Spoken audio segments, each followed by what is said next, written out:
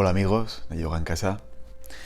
En esta nueva serie de vídeos vamos a hablar sobre el libro del Dr. Bach, Cúrese usted mismo. En este vídeo o esta serie de vídeos voy a romper con mi actual enseñanza dedicándome solo al yoga, temas de yoga, de meditación relacionadas con el hinduismo, y quizá debido a esta crisis excepcional que nos está tocando vivir del coronavirus, personalmente a mí en España, he decidido hablar de esos temas relacionados con la sanación espiritual o la sanación alternativa o complementaria. Nunca lo he hecho hasta ahora porque, a pesar de que he hecho varios cursos, tanto de terapia floral de Bach, como de Reiki, como de Ayurveda, como de otra serie de cursillos o de disciplinas, jamás me he visto capacitado para ejercer. Aparte que me da bastante miedo equivocarme y bastante miedo hacer intrusismo profesional con temas delicados como la sanación. Llegué a tener en su día una consulta pegada a mi escuela de yoga, bueno, una habitación aparte de mi escuela de yoga, e intenté hacer alguna consulta de sanación, bien sea Reiki, terapia floral, pero no, jamás cuajó en mí. No me veía capacitado, ni veía que mi fuerte era ese.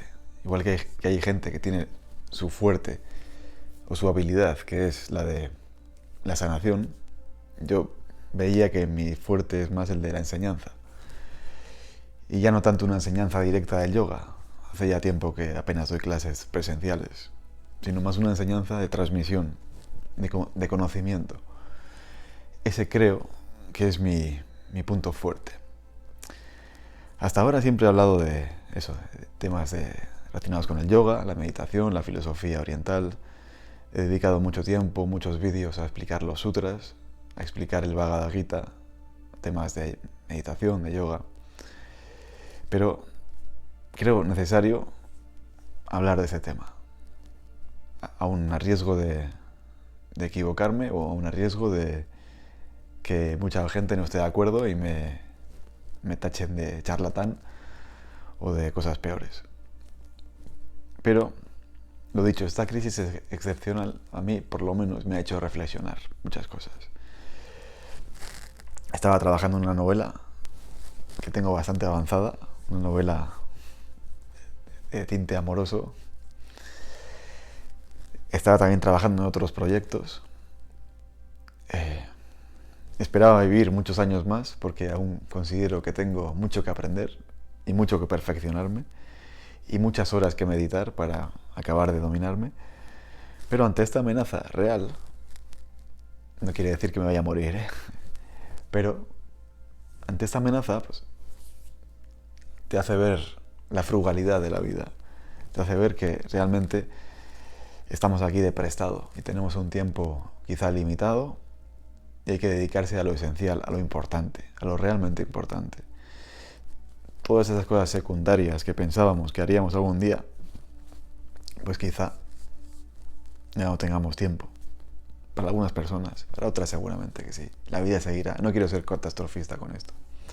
Lo que quiero decir es que he dejado de lado todos mis proyectos y en esta cuarentena, que será larga, pues he decidido explicar o hablar sobre la curación a la luz del Dr. Edward Bach. El Dr. Bach es un personaje interesante, muy interesante. Fue médico, fue inglés, de principios del siglo XX. Y en una serie de experiencias vitales de su vida, tuvo varias revelaciones, al igual que varias crisis personales. Y tuvo la percepción de que tanto la enfermedad como la salud, como la medicina, eran cuestiones más mentales, espirituales que físicas. Que la enfermedad venía por una brecha espiritual y se acababa manifestando en el plano físico. Se dio cuenta de que la medicina alopática curaba los síntomas, pero no las causas. Y entonces se desvió de la medicina tradicional y fundó su propio sistema, basándose en una filosofía ancestral, que es la filosofía del alma, que tienen en común muchas tradiciones, muchas. Entonces vamos a ver uno de sus libros, un libro corto, y creo que puede ser muy enriquecedor a la par que interesante para todos nosotros. En cierta medida guarda cierta relación con el yoga, ya que el yoga también trata, en última instancia, de perfeccionarnos a nosotros mismos, de tener un estado de salud y de felicidad elevado, de combatir ciertas dolencias o males a cierto nivel y de perfeccionarnos y llegar hacia la meta, que es una meta superior, una meta espiritual. Entonces tiene relación y yo creo que casa. No pensaba jamás grabar vídeos ni de flores de Bach, ni de Reiki, ni de sanación, pero quién sabe. Bien, esto no quiere decir que haya que dejar de lado la medicina alopática. Al contrario, aquí siempre ha habido una gran cisma y una gran batalla entre, como si fueran dos bandos opuestos. La medicina alopática, que es la medicina tradicional, la de los hospitales, la de los médicos, los ambulatorios, la medicina occidental, por decirlo así, cuyo padre es Hipócrates, y la medicina mal llamada alternativa, que mejor sería llamada complementaria, porque no anula, ¿sí? La complementa. En España hace poco, con la llegada del gobierno, sobre todo socialista, se intentó prohibir o limitar muchísimo estas medicinas complementarias, tachándolas de que son pseudocientíficas, de que son charlatanería, de que son un embuste. Y en cierta medida tienen razón, ya que mucha gente de este ámbito pues no es muy honesta en ese sentido. Pero sí que hay también gente muy honesta, y gente que ayuda, y gente que realmente ayuda a la gente. Porque hay técnicas, hay herramientas que funcionan. Todo esto tiene que estar muy claro también desde el principio. Son medicinas complementarias. No están en contraposición. No hacen intrusismo profesional. No atacan la medicina alopática, sino que la complementan. Y siempre tiene que haber esta opción. Yo creo que en todos los países tiene que haber la opción de libertad de complementar. Pero ya no es solamente la de una persona ir a donde un médico, un curandero, un sanador, a que le solucione el mal. El objetivo del Dr. Bach era que cada persona se hiciera responsable de sí misma, de su propia salud, que fuera su propio médico. Entonces, los demás nos pueden ayudar, pero la idea es que cada uno tenga el conocimiento para sanarse a sí mismo. Evidentemente, en momentos puntuales, momentos agudos, ya sea por enfermedad aguda, por accidente o traumatismo agudo, uno tiene que ir al hospital y a la medicina alopática, evidentemente. Pero hay otro tipo de enfermedades que son enfermedades más crónicas, enfermedades más degenerativas, que si bien también pueden y deben tratarse en la alopática, pueden tener un complemento en ese tipo de medicinas. Entonces vamos a verla. Vamos a empezar por ver la filosofía de la terapia floral del Dr. Bach, y quizá más adelante pues toquemos otras disciplinas. Pero bueno, vamos a empezar con esta. Bien, os recomiendo que consigáis el libro del Dr. Edward Bach, Cúrese usted mismo. Seguramente lo tenéis disponible en internet, o si no, podéis comprarlo. Voy a ir leyendo los capítulos, no lo voy a leer entero, voy a leer cosas que he subrayado y iré comentando mi punto de vista. Es un libro corto, bueno, corto, pues puede tener 50, 60 páginas, pero sí, corto. Bien, y ya lo dice el propio Bas, que no es su pretensión sugerir que es innecesario el arte de curar. Lo que acabo de explicar antes. Esto es importante porque no hay una lucha. Vamos todos en el mismo bando. ¿Eh?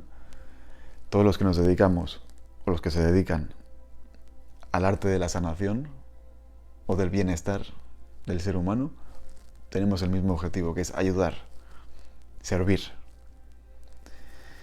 La palabra terapeuta, que viene del griego antiguo, y a su vez del egipcio, significa servidor de Dios. Servidor. Después se ha tergiversado y se asocia terapeuta con el que cura, o el que tiene la habilidad de hacer terapia relacionada con la salud. Pero el significado original es servidor, servidor de Dios y servidor de la humanidad. Es decir, el que sirve, el que ayuda. Ese es un terapeuta. Bien, dice así el Dr. Bach. La principal razón del fracaso de la ciencia médica moderna es que trata los síntomas, pero no las causas. Y aquí pone un ejemplo, que es interesante, para entenderlo.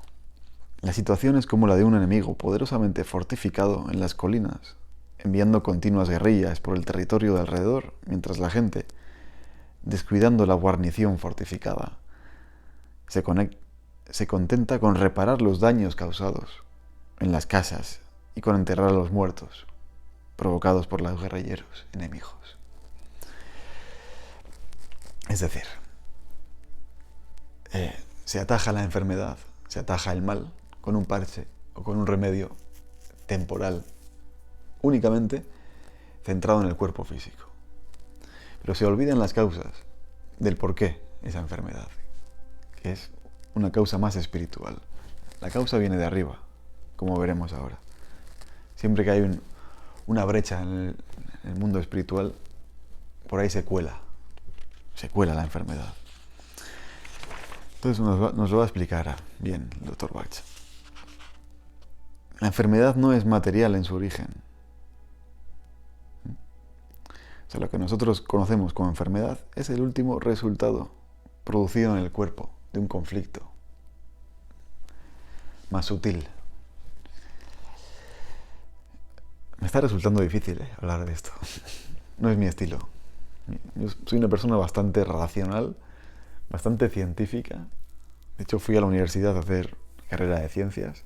Tengo bastante formación científica. Y hablar de cosas que no puedo demostrar me resulta difícil. Pero vamos a seguir. Bien. La enfermedad es un conflicto entre el alma y la mente. Esta es la definición que hace el Dr. Bach, la enfermedad. La enfermedad es un conflicto entre el alma y la mente. Y no se erradicará más que con un esfuerzo espiritual y mental, en sus causas profundas. Por supuesto que si uno se parte una pierna, es un traumatismo agudo, tiene urgentemente que atajar esa solución. Pues desinfectar, recolocar, escayolar, etc. Igual que un accidente de coche agudo. O sea, en estos momentos hay que dejarse de filosofías y dejarse de causas profundas y espirituales y centrarse en lo importante. Y en ese sentido tiene que ir al hospital, de cabeza.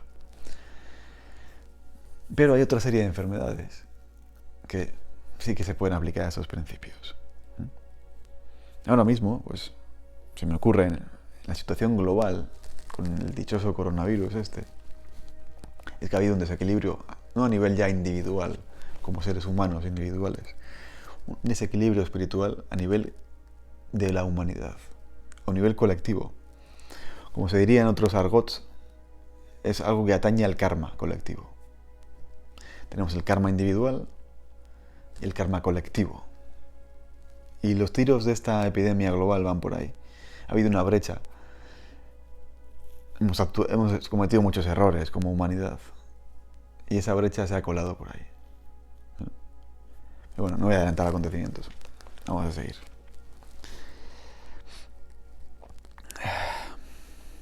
Bien, voy a resumir un poco, no voy a leer todo. Así pues, afirmemos brevemente que la enfermedad, en apariencia tan cruel, es en sí beneficiosa y existe por nuestro bien. Y si se interpreta correctamente, nos guiará para corregir nuestros defectos esenciales. La enfermedad es, aunque parezca difícil de entender o de comprender, algo beneficioso. Poniendo un ejemplo más religioso, más místico, la enfermedad también nos la envía Dios para nuestra corrección. Al igual que también en términos más esotéricos se dice que Satanás o el demonio y Dios son aliados, amigos, aliados. ¿Por qué? Porque el ser humano necesita un sparring. El ser humano, para entrenarse, para desarrollarse, necesita un adversario. Necesita obstáculos, necesita adversidades, necesita sufrimiento para entrenarse, para desarrollarse. Porque si todo fuera bien y bonito, apenas nos desarrollaríamos y creceríamos espiritualmente. Entonces este concepto de Bach es también asimilable a otras tradiciones que dicen acabo que esto acabo de decir, esto mismo. Algunos al escucharme se tirarán los pelos de la cabeza. Dirán, ¿cómo es posible que hayas dicho que Satanás o el demonio y Dios son aliados, son amigos, son antagonistas? Bueno, ahí hay dos corrientes filosóficas, dos tradiciones. Una que son antagonistas, maniqueos, una tradición maniquea de dualidad, de bien y mal. ¿Sí? Eso viene de la tradición persa, de Ahura Mazda, del mazdeísmo. Esa tradición maniquea, el bien y el mal. Opuestos, antagonistas. Y hay otra tradición más esotérica, que es la que os he explicado, que son aliados. Todo forma parte del plan. Y así lo dice Bach. La enfermedad, en apariencia tan cruel, es en sí beneficiosa y existe por nuestro bien. Y si se interpreta correctamente, nos guiará para corregir nuestros defectos esenciales. El sufrimiento es un correctivo para destacar una lección que de otro modo nos habría pasado desapercibida. Decía un gran maestro que el sufrimiento es el factor corrector en la vida del hombre. Nosotros como seres humanos, a nivel individual y a nivel colectivo, nos equivocamos muchas veces. Nos equivocamos muchas veces. Erramos. Como dirían otros también, pecamos. No es una palabra que me guste mucho, pero también sirve. Nos equivocamos, erramos, pecamos. Y el sufrimiento aparece en escena para reconducirnos de nuevo hacia el bien, hacia la virtud. Esa es la escena del sufrimiento. Es un factor corrector. Y siempre que aparece de una forma o de otra, en forma de enfermedad, en forma de conflicto, en forma de desdicha, es que hay algo a corregir.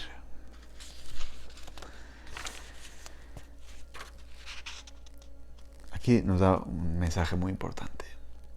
Tampoco tiene que desesperar nadie, por grave que sea su caso, ya que el hecho de que el individuo siga físicamente vivo indica que el alma que rige su cuerpo no carece de esperanza, no se ha rendido todavía. O sea, el hecho de que sigamos vivos, y yo estoy bastante sano, pero habrá gente que me escuche que estará enferma, algunos incluso con enfermedades terminales. Aquí nos dice, por grave que sea el caso, el hecho de estar vivos significa que hay esperanza, que el alma todavía no se ha rendido. Bien, para entender la naturaleza de la enfermedad hay que conocer algunas verdades o principios fundamentales, evidentemente.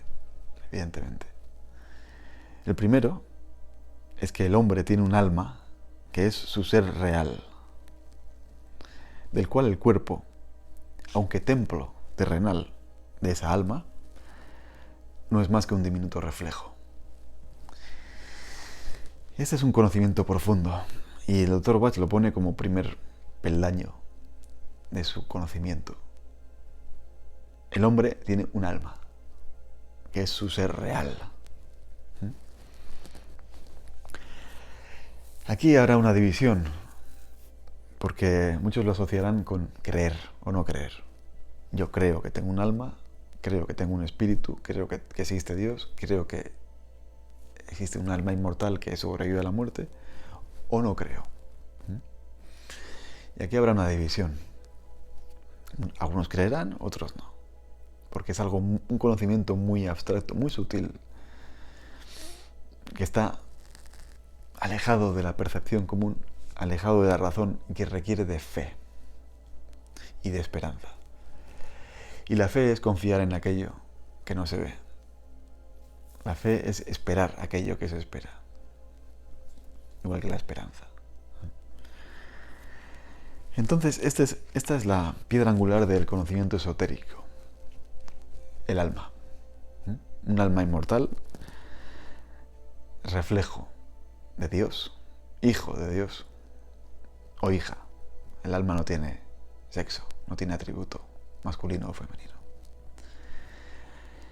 Que es el ser real de todos nosotros. Esa alma es inmortal, esa alma no se destruye.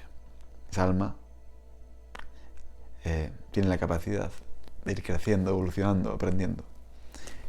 Y se envuelve de envolturas físicas, en este caso de cuerpos físicos. Se envuelve. A nivel esotérico se le conoce como el templo. El cuerpo físico es el templo del Dios vivo. Eso está en la Biblia también. El cuerpo físico es el templo del Dios vivo. Y todos los templos que se hacen a nivel de culto, iglesias, sinagogas, mezquitas, templos, son reflejos del cuerpo físico. El cuerpo físico es el auténtico templo. Tiene sus torres, sus naves, sus cámaras secundarias, sus cámaras primarias y su sancta sanctorum. El cuerpo es el templo del alma. Pero el cuerpo tiene una característica. El cuerpo muere. El cuerpo es mortal, es perecedero. Y el mayor conflicto o la mayor ilusión, que es uno de los velos de la realidad, es el de identificar nuestra conciencia única y exclusivamente con el aspecto material del cuerpo físico. Entonces de aquí surge toda la concepción de la existencia humana. Pero el primer paso consiste primero en saber y después en comprender o aceptar esta realidad. Y hay que decirlo así, en voz alta, por si el tiempo se acaba. Tenemos un alma inmortal y nuestro cuerpo está envuelto en ella.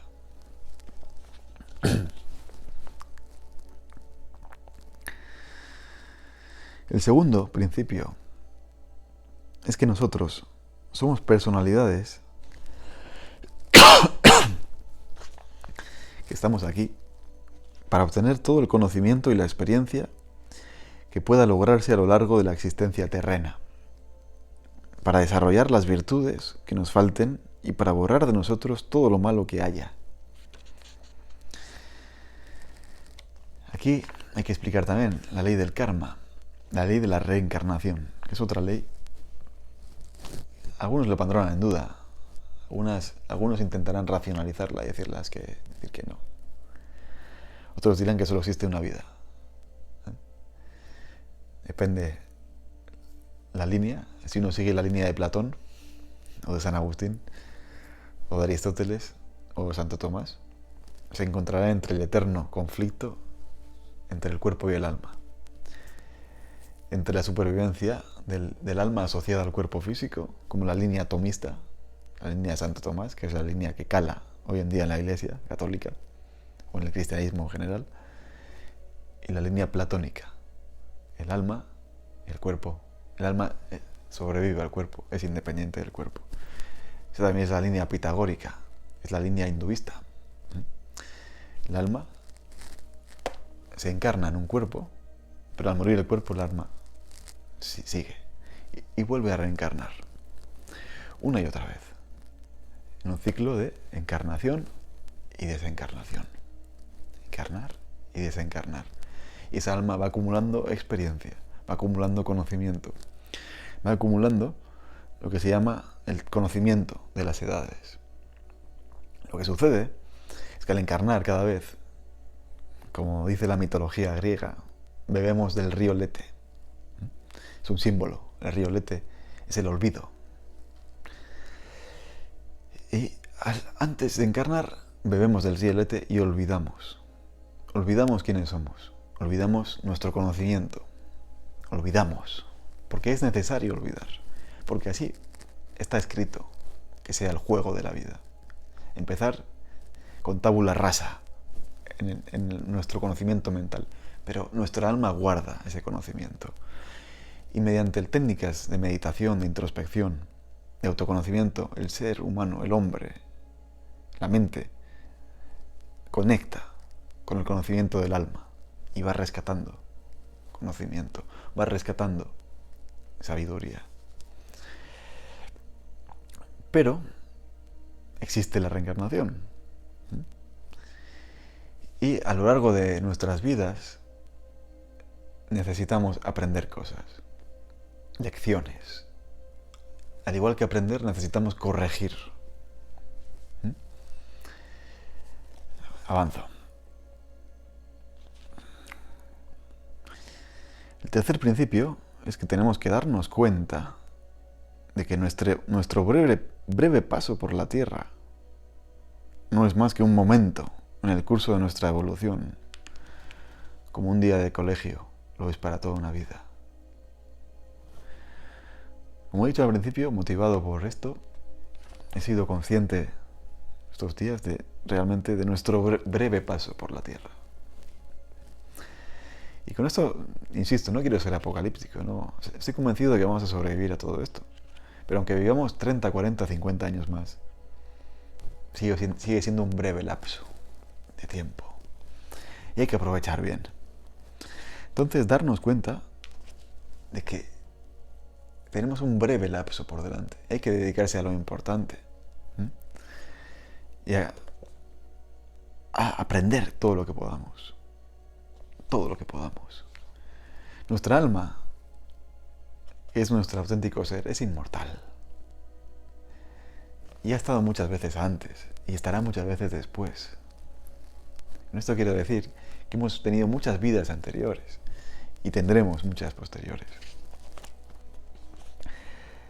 Vuelvo a decir que me cuesta explicar todo esto, no es mi estilo, pero estoy hablando desde otro aspecto.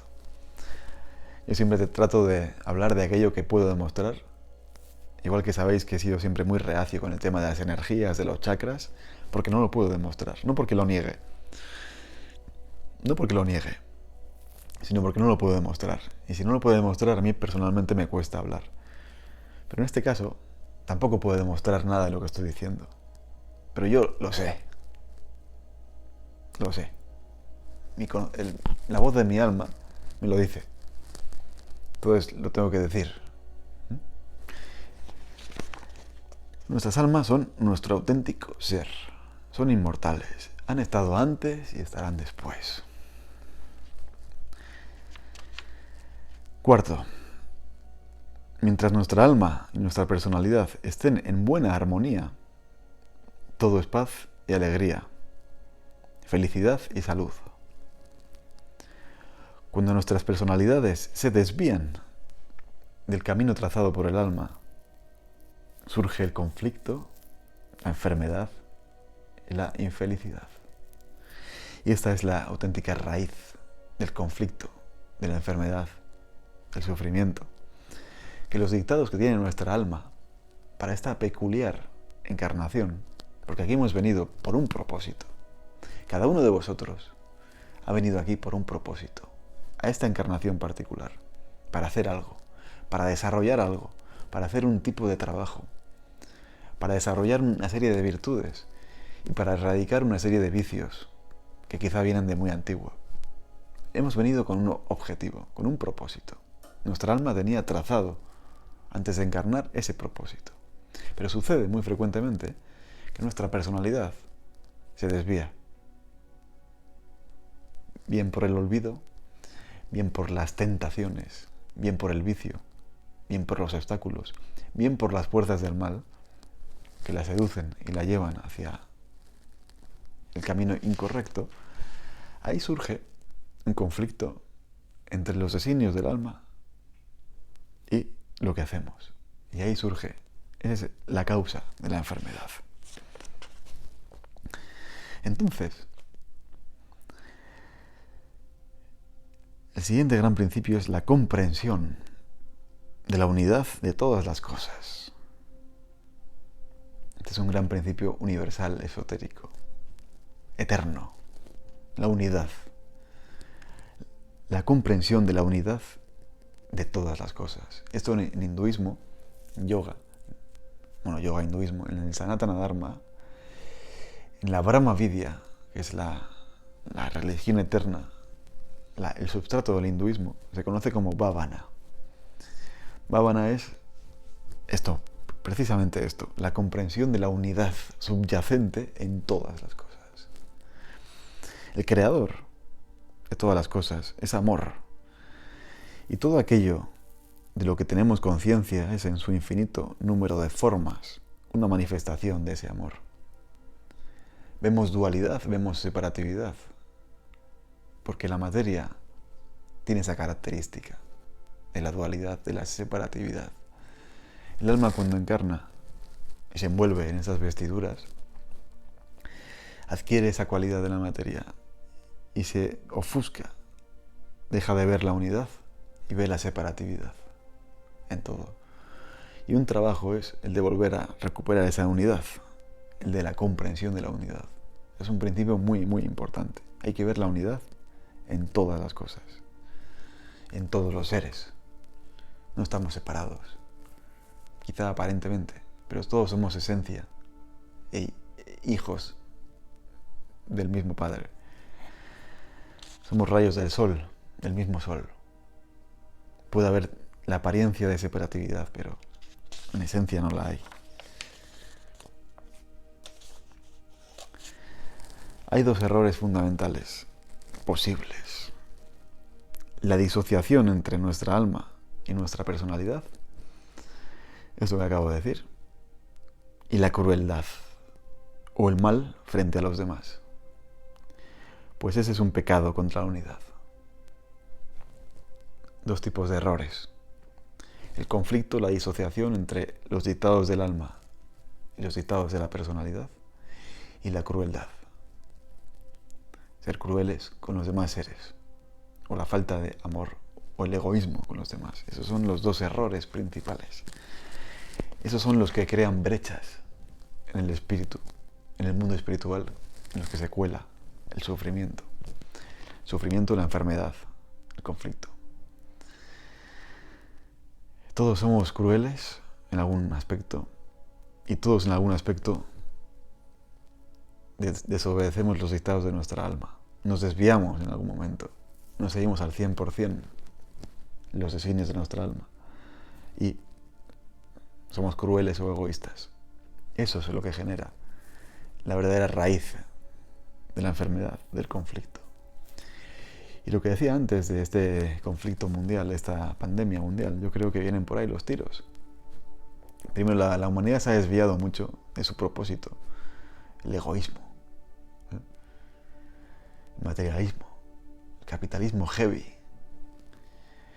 la explotación de los recursos, el maltrato de los animales, el maltrato de las personas, el vivir en condiciones precarias, en megaciudades infestadas de contaminación, de precariedad laboral, de higiene, de salud, de trato, de derechos humanos. ¿Hasta dónde hemos llegado? Como sociedad, como humanidad. Más de 7.000 millones de almas poblando y quitando menos de un 2% de la población, el resto viviendo en condiciones deplorables. ¿Dónde hemos llegado? ¿Qué conflicto hemos generado? ¿Qué brecha hemos generado para que se cuele todo esto? Y más cosas que vendrán. Pues, este es el principio. Entonces, estos dos principios de raíz del mal. Desobedecer los dictados de nuestra alma y ser crueles con los demás. Entonces, aquí también tenemos la solución. Aquí también tenemos la raíz del remedio, que es atajar esto. Entonces, entender dónde estamos cometiendo el error. Entender dónde estamos cometiendo el error. Y una auténtica voluntad de corregirlo. De corregir la falta. Nos llevará no solo a una vida de paz y alegría, sino también de salud. Aquí está la clave. Entender dónde estamos cometiendo el error y una auténtica voluntad de querer corregirlo. Con esto ya está casi todo hecho. Después solo habrá que encontrar el remedio, el que sea. Bien sea una vacuna, una pastilla, una flor, un remedio natural, un principio básico. Eso ya es algo secundario. Lo principal, el principio es entender dónde está el error y la verdadera voluntad de corregirlo. La enfermedad en sí es en sí beneficiosa y tiene por objeto devolver la personalidad a la voluntad divina del alma. Y así vemos que se puede prevenir y evitar, puesto que solo con que pudiéramos darnos cuenta de los errores que cometemos y corregirlos de forma espiritual y mental, no habría necesidad de las severas lecciones del sufrimiento. El poder divino nos brinda todas las oportunidades de enmendar nuestros caminos antes de que, en último recurso, se apliquen dolor y sufrimiento. Puede que no sean los errores de esta vida. Puede que los vengamos arrastrando de otras. Por esa ley del karma y de la reencarnación que he dicho antes, que ya no es una opción, ya no es una posibilidad, ya no es una teoría. Es así. Es así. El conocimiento del propósito de nuestra alma y la aceptación de ese conocimiento significa el alivio de nuestra angustia y sufrimiento terrenal y nos deja libres para desarrollar nuestra evolución en la alegría y en la felicidad. Hay que dejar de juzgar a los demás, pues lo que es válido para uno no lo es para otro. Ese es otro principio muy, muy, muy importante. No hay que juzgar a nadie. A nadie. Porque no sabemos cuál es el propósito de la otra persona. No sabemos a qué ha venido la otra persona. No sabemos qué es lo que su alma le está dictando a esa persona. No lo sabemos. No sabemos cuál es la lección que tiene que aprender la otra persona. Bien sea como víctima, como verdugo, como oficial de una cosa o de otra, como trabajando en una cosa o en otra, como siendo de una forma o de otra, o como actuando de una forma o de otra, equivocada o acertada. Pero no sabemos. Quizá su propósito o su lección sea esa. Importante no juzgar a nadie, dejar de juzgar. Eso también lo dice Jesucristo en el Evangelio de Mateo, en el Sermón de la Montaña, capítulo 5, versículo, no me acuerdo. No juzgar. En la medida en que juzguéis, seréis juzgados. No juzgar a nadie. Por esta comprensión de que no conocemos las causas. Solo vemos los efectos y no sabemos las causas. Por eso, abstente de juzgar, no juzgues. Eso es un gran remedio también. Lo importante es obedecer los dictados y órdenes de nuestra alma, de nuestro ser superior, que conocemos a través de la conciencia, del instinto y de la intuición.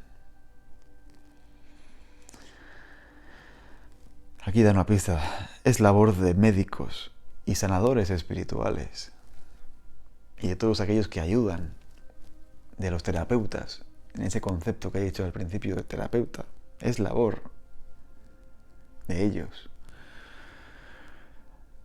el dar, además de los remedios materiales, sí, además de los remedios materiales en forma de medicamentos o de operaciones o de lo que sea, el conocimiento del error, de sus vidas, y decirles cómo pueden erradicarse esos errores para curar o sanar las auténticas causas de la enfermedad. Esa es la cuestión. ¿Veis lo simple que es?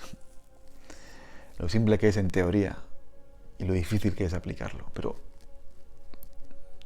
o sea, simple.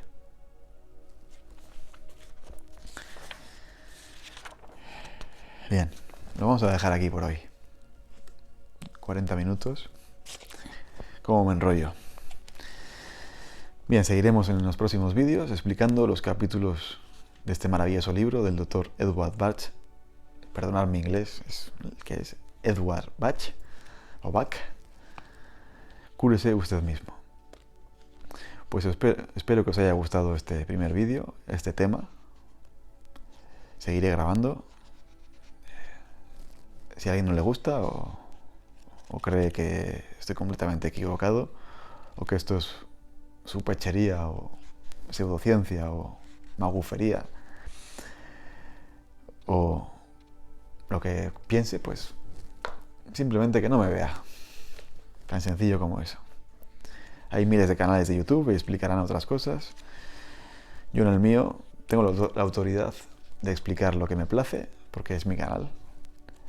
En algunas cosas estaré equivocado, en otras acertaré, en otras gustaré, en algunos vídeos gustaré más, en otros menos.